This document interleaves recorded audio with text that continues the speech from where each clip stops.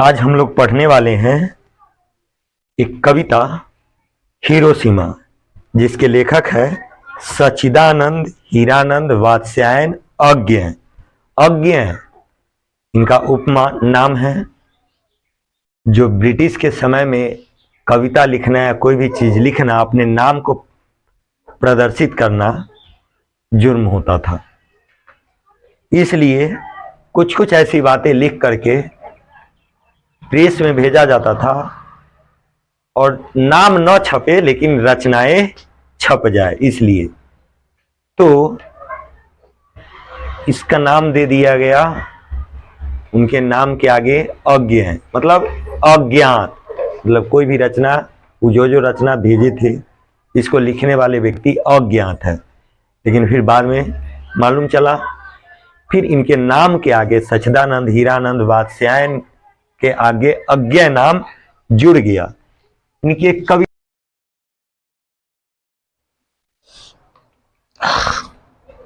आज हम लोग पढ़ने वाले हैं हिरोशिमा कविता, जिसके लेखक है सच्चिदानंद हीरानंद वात्स्यायन अज्ञ।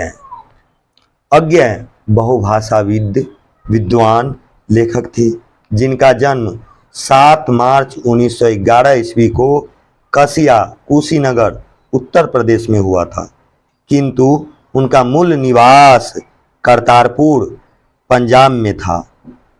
उन्होंने बहुत सारी रचनाएं, एक से बढ़कर एक रचनाएं हिंदी साहित्य को दिया।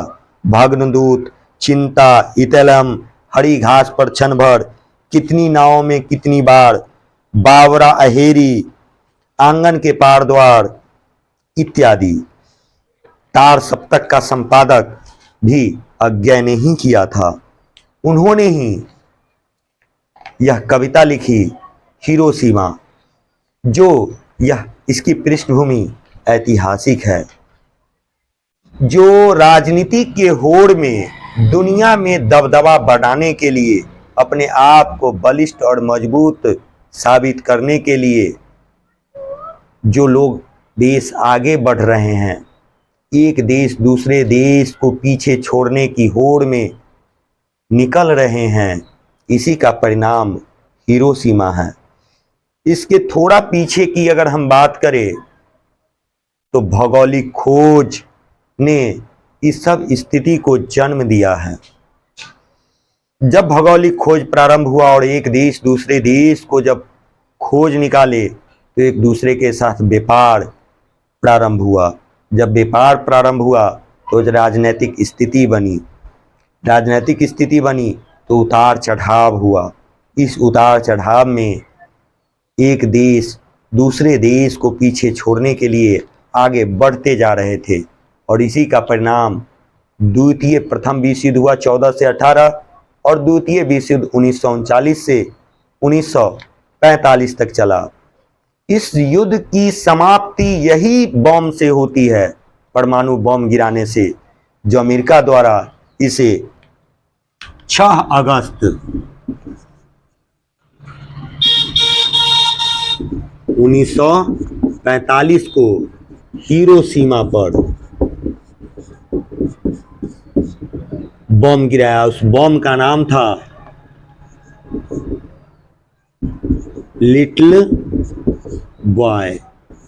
और ठीक 3 दिन बाद 9 अगस्त को गिरा दिया नागासाकी पर। उस बम का नाम था फैट मैन। ये दोनों बम ने इस दुनिया को तबाह कर दिया, जापान को नस्लें बर्बाद कर दी। इतने समय तक वहाँ लोग उसकी नस्ल लंगड़े लूले पैदा हो रहे थे। यह स्थिति थी। इसी पर लेखक अज्ञ जी ने एक कविता लिखी, जो एक दिन सहसा सूरज निकला।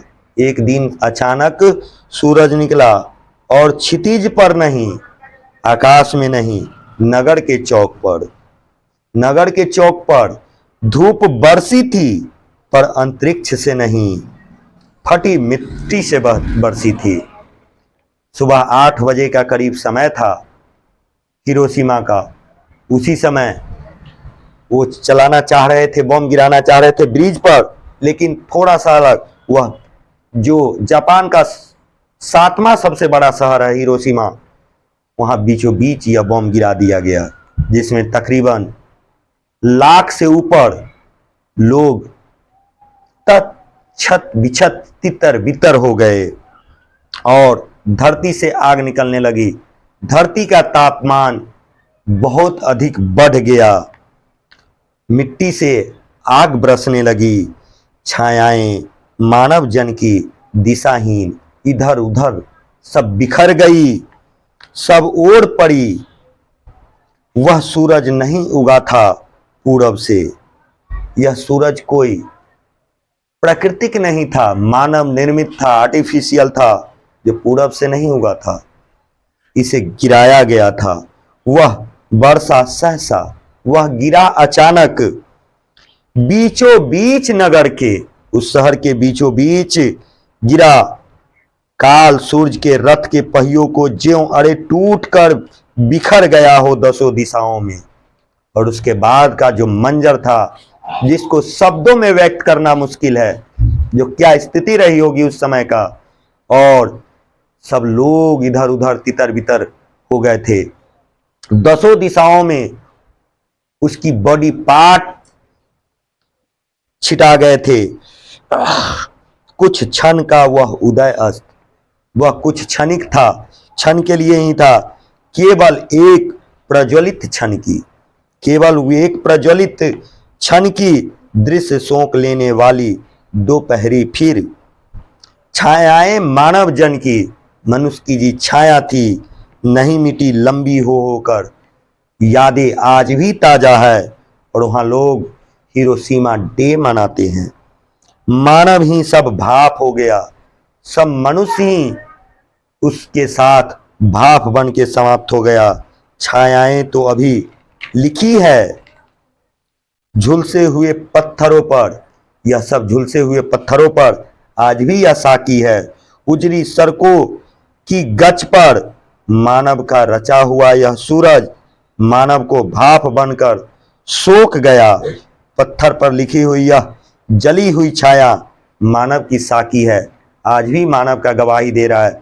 वह पत्थर, वह साकी, जो किस तरह से हिरोशिमा और नागासाकी को अमेरिका के द्वारा तबाह किया गया था, बर्बाद किया गया था, और इसी के बाद द्वितीय विश्व युद्ध की समाप्ति हुई थी और जापान घुटने टेक दिया था।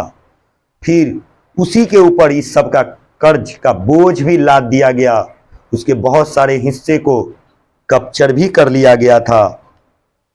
और आज भी कहीं ना कहीं यह दौर, यह स्थिति बरकरार है, क्योंकि आज भी लोग आगे बढ़ने की होड़ में, चाह में निरंतर एक दूसरे को नीचा दिखाने का प्रयत्न कर रहे हैं।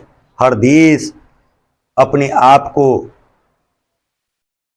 बलिष्ठ रहने के लिए एक दूसरे से वेपन्स आदान प्रदान कर रहे हैं, ताकि हम उससे ये रहे, आगे रहे। और फिर एक दूसरा देश यदि यह देखता रहे वो वेपन्स लेके वो हमसे आगे है, तो हम क्यों पीछे रहे। बेशक मेरे देश की स्थिति खराब ही क्यों ना हो, हम भी अपने एटॉमिक पावर बने, हम भी वह खरीद के मजबूत रहे, ताकि हमें कोई आंख न दिखाए। और हर इस होड़ में हर देश आगे बढ़ता जा रहा है। वह स्थिति आज भी बनी हुई है, आज भी बरकरार है, जिसका जीता जागता उदाहरण अभी इनको देखने को मिलेगा। रशियन, यूक्रेन, ये सब युद्ध किस चीज़ का परिणाम है? सब कहीं ना कहीं यही परिणाम होता है। और दुनिया का युद्ध दो ही रीजन होता है, जमीन जोड़ू। इसीलिए सारे के सारे युद्ध लड़े जाते हैं और अंततः युद्ध के बाद मिलते हैं तो सिर्फ जली हुई खाक, इसके अलावा कुछ भी नहीं मिल पाता है। आज से नहीं, प्राचीन काल से यह उदाहरण देखा जा सकता है, जिसका जीता जागता एक प्रसिद्ध उदाहरण पद्मावती, रतन सेन, अलाउद्दीन खिलजी, जिसे पाने के लिए पूरा मेवाड़ को मिटा दिया, लेकिन अंततः उसे ये सब चीजें हाथ नहीं लगी और मिली तो सिर्फ राख की ढेर ही मिली। वह स्थिति निरंतर बरकरार अभी भी है।